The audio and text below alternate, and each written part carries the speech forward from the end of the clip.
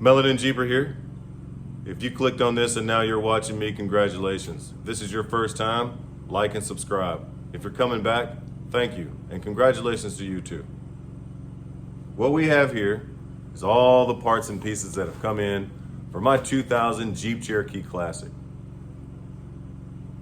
This is gonna be a mild rebuild. This is not anything super fancy. It's a little cold in the garage. We're gonna make this go as quickly as possible though. We're gonna be doing everything from control arms to shocks, rear brakes, front brakes, completely redo the entire steering. Of course, we're going 100% stock, just like you may have seen in maybe another video that I put out. So I'm not being sponsored by any of these folks. I do believe the products that we're gonna use on this Jeep are quality products. I will say that, I've used them in the past. But we're not being sponsored. All of this money came out of my pocket for your viewing pleasure. You guys did not come here to watch me chat. You come here to watch some work get done. Let's go.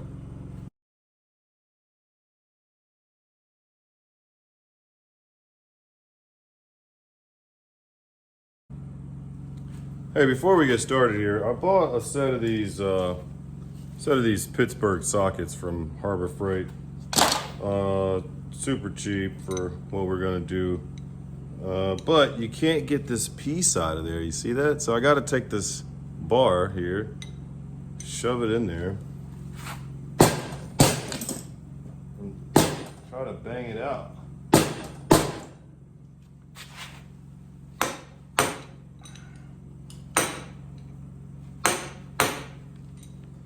If anybody knows a better way of getting those out, let me know. Put it in the comments. We're gonna try to pull this thing out of here.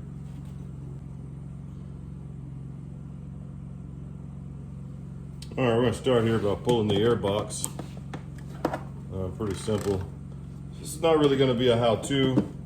Just kind of a follow along if you're interested in seeing how the build turns out.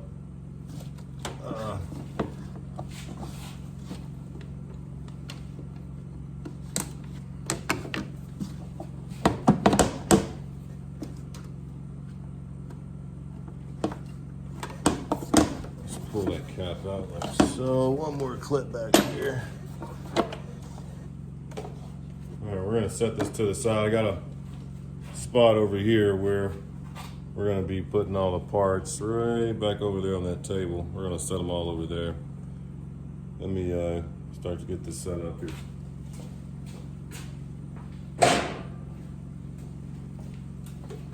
Air filter looks good in this thing. Oh, I'm sorry, no it doesn't. Super strange. There's a piece of a brake line inside the airbox. That's awesome. There's also, it's like an elbow to the vacuum line, but it doesn't appear to be one missing. So that's odd too. Gonna set that over in our trash pile. All right, looks like they're 13 mil.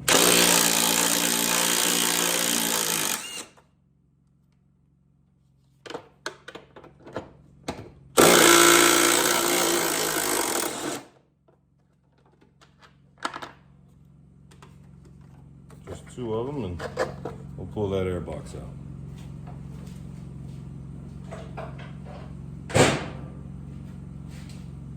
All right, well, I guess we'll just start taking this stuff off. Let me get a set of gloves in here. Or get my purty hands all dirty. Now, I'll be honest with you, man. I seen old Dex over at Dex Jeeps do one of these in like, I think it was sub 30 minutes.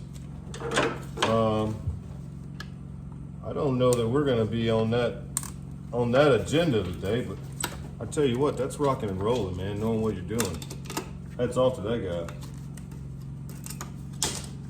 Well, we're just gonna move these cables here out of here. These are fairly simple to get out. I say that, and then they're not fairly simple. I see a lot of people just take that whole bracket off and take it with them, but when I do this, it tends to get in the way when I most need it not to be in the way. Let's move these out of the way.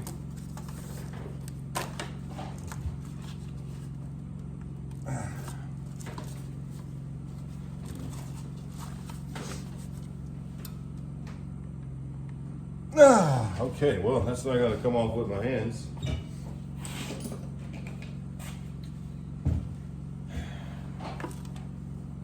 These really like to break, so I want to not break it.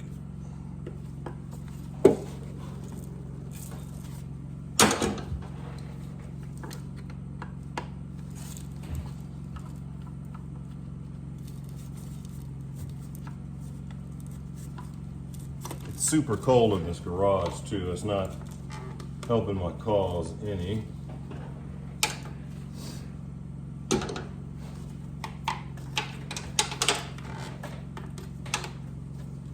Yeah, so the truck actually runs well, with the exception of, she likes to run a little hot. So my first instinct was to, hey, let's just put a new water pump on it. Let's, replace the radiator, blah, blah, blah, blah. But I saw a video, and I think it was a short, and if I find it again, I'll put a link in the description, but the guy had found out, which actually, you know what, I'll tell you about that later. His cooling issue actually had nothing to do with anything in his cooling system. So when we get to that part, I'll show you what I'm talking about. And hopefully it can help a lot of you guys out. I'm actually gonna do a special video on it. So we're replacing these. We're gonna throw them over there in our trash pile. We're also replacing these heater hoses. I thought about going in and doing the heater core because I'm not getting any heat in there, which leads me to another thing. I'm not getting any heat in the cab. And I noticed that, so I'm really suspicious about the condition of the head. And so once we get this all taken off, I have another head that I'm gonna go with. It's a Tuppy, and it's off of a Grand Cherokee, but it's still the cool pack version. So we're gonna put that one on, but I'm still gonna take both of these to the machine shop and check them for cracks. But I'm highly suspicious that this head is cracked. A little backstory on this Jeep. Maybe, I don't know if I included this in a video or not. I don't think I did, but this, see, there's not even any coolant in these, which is sort of alarming. So we're just gonna tuck these back there. I really don't care too much about those. Now, I tell you what, man, I hate removing the AC for these, and you actually can remove your head without taking the AC bracket off. There are two, I believe, 9/16 nuts that hold this right here to the side, and you can stick your ratcheting end wrench in there with no problem and get those two out without even a whole lot of dedication. So I'm gonna come back to those, because the reason I say that is, here, let me bring you over here. Actually, there's 4 bolts here in the top of the AC condenser, or AC compressor rather, and one of them's gonna break. And today I just don't really feel like fooling with it. So let's move to the valve cover next. I've been really waiting to see what the inside of this thing looks like.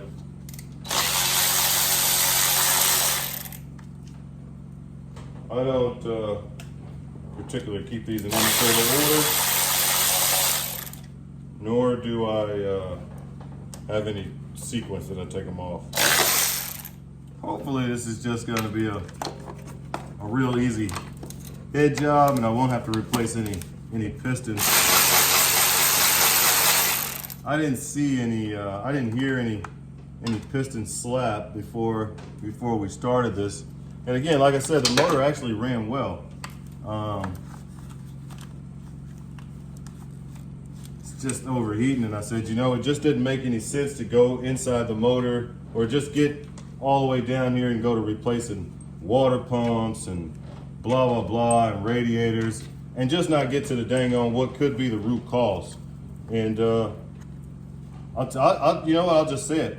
Spoiler alert, you know, your harmonic balancer could be causing your Jeep to run hot. A lot of people say, oh, the 4.0 is just too big for the housing. Well, that's malarkey, okay? Because your Jeep didn't start overheating until it got old and got grease all over it, and you run the dog piss out of it. So that had nothing to do with the engine compartment. Has nothing to do with the engine overheating, especially in the 4.0's case, because there's plenty of room down here for air to circulate. I don't care what anybody says. But when you look at other cars, sports cars that, you know, have a huge V8 or V10 engine, you know, packed like a quarter of an inch away from the firewall, why don't those trucks run? Why don't those cars overheat? You know why? Because the cooling system has been maintained and everything's working like it should. If the stuff isn't working like it should, then of course it isn't going to work like it should. Let's get that out of there. Here we go. So now we're going to stick this 9/16 back here. Let's see what that does. Oh.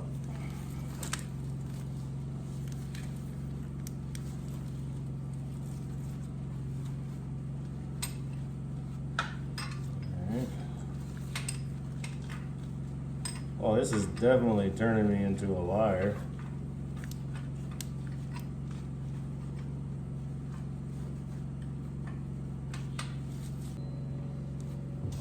All right, we've gotten all the bolts out of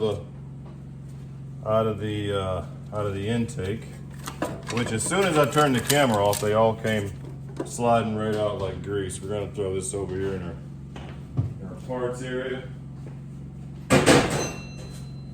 If I remember, I'll take you down in here and show you. I think I found part of my overheating issue is that the side of the radiator is just seeping antifreeze. So I'll need to add that to my list of parts that I didn't think I was gonna have to order and get those here, but we're a ways away from needing a radiator. Now, we can get to these exhaust manifold bolts.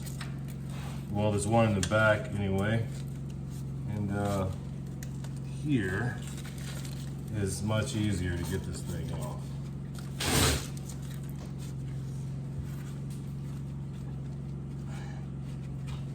Maybe.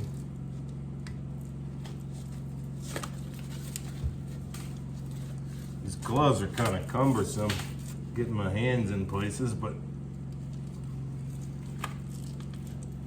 I'd like to try to keep them as clean as possible.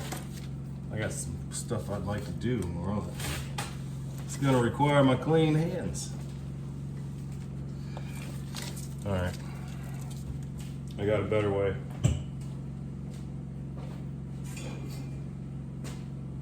We just need to give that thing a little bit of encouragement. We'll just set that in there like so. That's all the encouragement it needed, I hope.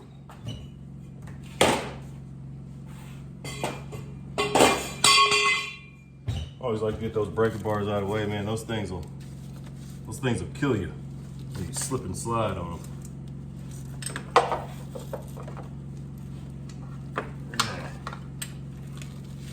Get out of there. Yeah, these gloves are the worst. As far as sticking your hand in little places, keeping your hands clean, I think they're doing a stand-up job here. All right, that knocked it up knocked it loose a little bit. Enough for me to get my little man strength in there and get it out.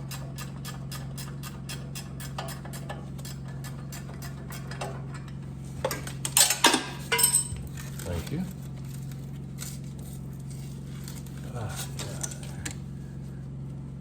All right, we'll get these exhaust manifolds loose, and I'll bring you back in and see what we got.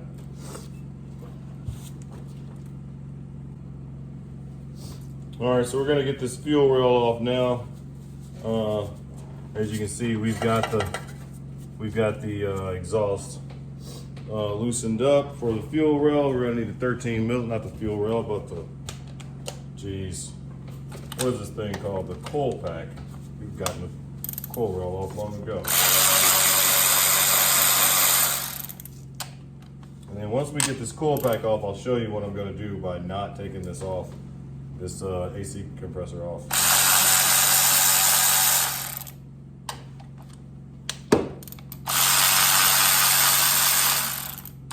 Yeah, this truck looks like it was used in some sort of concrete field or something. It's got this odd dust on it. We'll get all that off of there.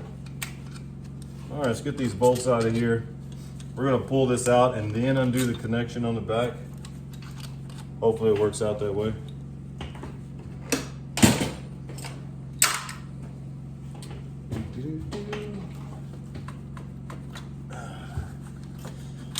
Pull her out of there. Reach down on the back. Let me get a screwdriver. There's a little red clip back there. If you're watching this video, something tells me that you are familiar with the little red clips that are on the back of these. Kind of a pain, but oh, look at there, that one's missing.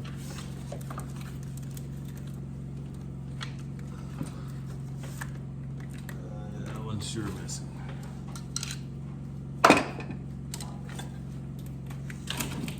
That comes off pretty easily. We're gonna keep this coil pack as a spare, but I've got a brand new Mopar coil pack that we're gonna throw in here. So let me get this one over here to the side.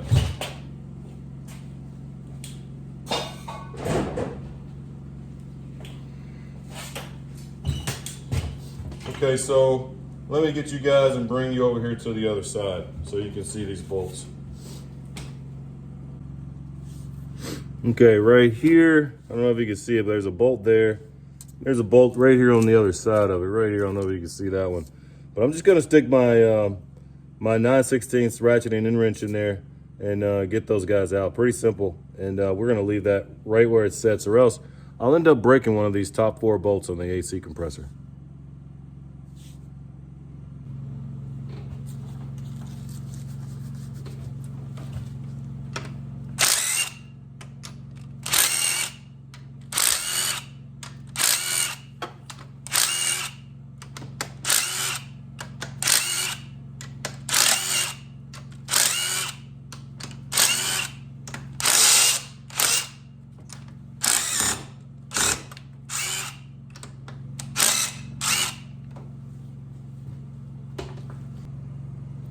Okay, we're gonna start the disassembly of the head now, pulling it completely out of the truck.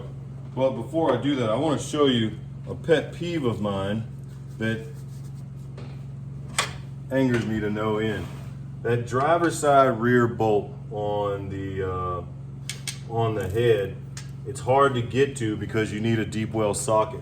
So what a lot of people do is they take a BFH or a pair of vice grips and they bend this thing back or whatever so they can fit their tool in there. So you don't have to be a monkey, right? So this is a regular 12-point half-inch socket. So we're just gonna slide that in there just like so. I don't think anybody's ever had any trouble with that part. But then you just take a regular ratchet, slide it in there like that, and then turn it. And it fits right in there. And then now you can get that off of there. And once you break it loose, then you can take it back out and you haven't boogered up your firewall like a monkey. Stop doing that. Now let's get this thing taken off. So I'm gonna follow the same sequence, but just in reverse.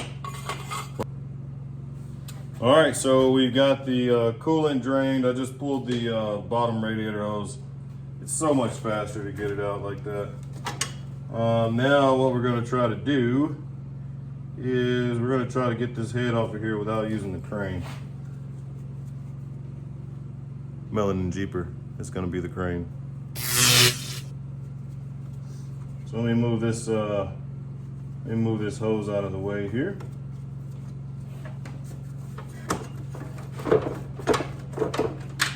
Yeah, this thing didn't have a lot of antifreeze in it, that's for sure.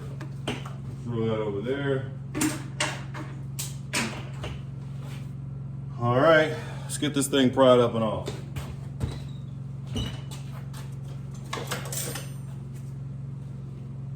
Should be fairly easy. Break the seal.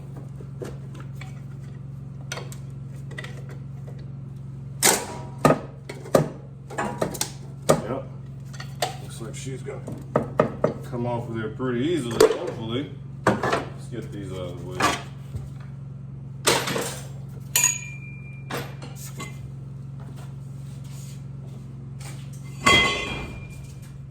Nothing hurts more than a tool being in the wrong spot at the wrong time. All right, so I'm gonna just get my pretty little self in here and see if I can get a hold of this thing. And if I can get a hold of it, what I'll do is I'll grab it and I'll try to set it against the AC compressor and a little something here, then I'll get down and I'll move it from there. And yeah, we should just be able to reach down in that guy like so. Bring him over there. And we'll get to examine these pistons here in just a moment.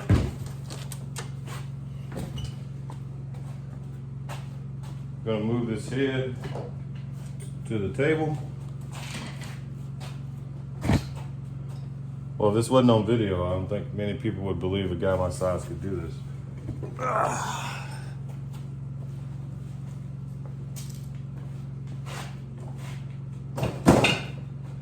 I didn't drop it. All right, let's get in here and take a look at these. These pistons don't look bad at all. Looks like the engine has been rebuilt. These are board 60 over. But they look to be in pretty good condition, so I don't feel like we'll have to be replacing any pistons. All right, so we got that tightened up. We've reached the end of what we're gonna do tonight. That took a lot longer than I think it probably should have, but we're not in a big hurry. I wanna try to keep these videos to 30 minutes or less. Once I go back and edit this, we'll see what that looks like. Hey, if you've made it this far in the video, I really appreciate you watching. If you weren't compelled before now to hit like and subscribe, and that notification bell. That thing I found is pretty important too. So do all those things if you want to follow this build. This is going to be a really hot Cherokee. They don't make them like this one anymore. Again, like, subscribe, follow. Melanin Jeeper out.